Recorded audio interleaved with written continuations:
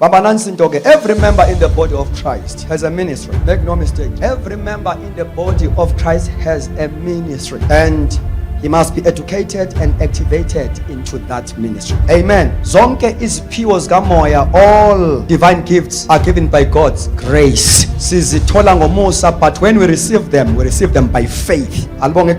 We receive them by faith. And faith comes by hearing. If faith ayona into oyithola obanayo overnight, it comes by hearing. Amen. God's word. Now, so before we can operate effectively kuma gift kamoya, must first get a biblical teaching concerning ama gift that will build up a faith ezokwenza ukuthi lama gift aqale amanifest. You may have the gift ngoba kuthiwa la ku 1 Corinthians chapter 12 verse 7, the manifestation of the spirit is giving. Yebo lo verse bathandekayo, it is giving. Akusho ukuthi nizonikwa, kuthiwa yilona lo uphiwe okubonakalisa umoya. So you may have it kodwa kungasebenzi, kunga operate, and you may have it usebenze kodwa not in the right way. There is an abuse of spiritual gift and the misuse of spiritual gift. That is why Paul ethi concerning spiritual gift angithandi ningabe nakwazi. Joba ninazo nje, is either nibe nazo zilove zinga operate, is either isebenze kodwa not in the right way. Glory to Jesus. That is why uPaul ke waloba lencwadi beginning from chapter 12 to address indaba yama gift kamoya ne operation yama gift. Chapter 12, chapter 3, chapter 14, lama chapters alandelana in a proper order. You know, ku chapter 12 ayakhazwa ama gift kuze kube na importance yokuba sibe ne understanding ukuthi indlela okumele si operate ngayo, we must operate as a body. Emzimbeni alikilunga elingekho important. Once wasindiswa obasendlini kaNkulunkulu, you have got a role. You are so important. Without you kukhona singesikwenze without you. Now chapter 12 usinikeza ke ama gift ayabekwa, ayakhazwa. Siyambisana bathandekayo.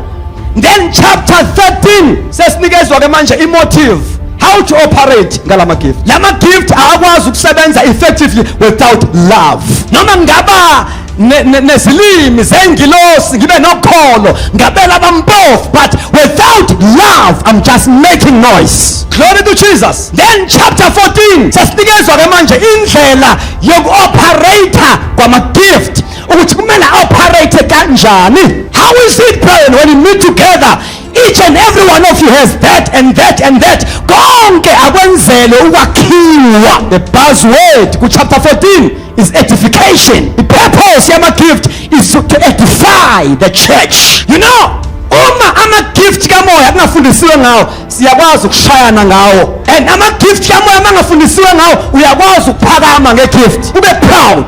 Kanti igift ayisho ukuthi uyamature. That is why ukulula ukuthi uphakame ngoba umusa ingane enkosini. You must, that is why it's very important ukuba si understand ukuthi why God gave fivefold ministry is to bring maturity completely to you.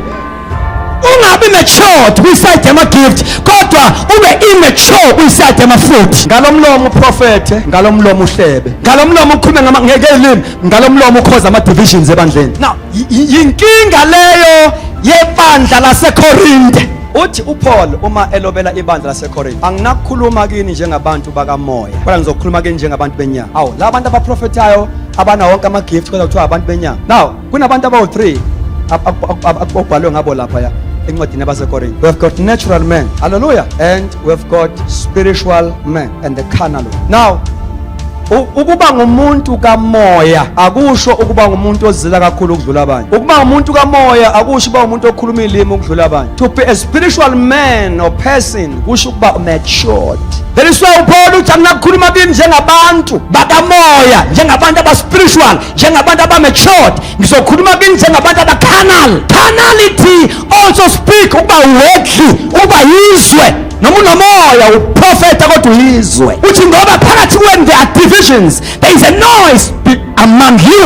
Umsindo ke useyinganeni. Kulabo abafundisa lapha yana kwa education ezikoleni bayazi ukuthi kunama phases. There is a foundation phase, intermediate phase, senior phase. Lapha ku foundation phase lapho thola khona grade RR kwapha till grade 1. That is the foundation phase. And ayikho phase enomsindo njenge foundation phase. Uthisha uhlala ngaphambili amakama exercise kufanele abeke induku eceleni. Athi zethi yana sina bangathi bathi on my kuba kaphinde ukuthi mmemfu umsindo.